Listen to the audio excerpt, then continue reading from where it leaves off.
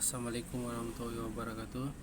Baiklah, pada kesempatan ini kita jumpa lagi di akun Syukri Sahabat Kreatif. Pada kesempatan ini kami ingin menjelaskan bagaimana cara untuk menaikkan produk di akun Shopee. Yang pertama, kita pilih akun Shopee. Habis itu kita masuk ke produk. Di sini kita ada namanya, ada beberapa ini, kita masuk ke produk.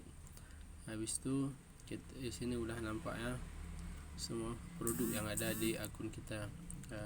Sini kita bisa pilih produk mana saja yang akan kita naikkan. Yang pertama kita pilih naikkan, itu langsung muncul ya, dia langsung muncul mana yang bisa kita naikkan. So ini kan udah muncul nih yang mana kita bisa kita naikkan, tapi dia nggak boleh lebih daripada 5 produk.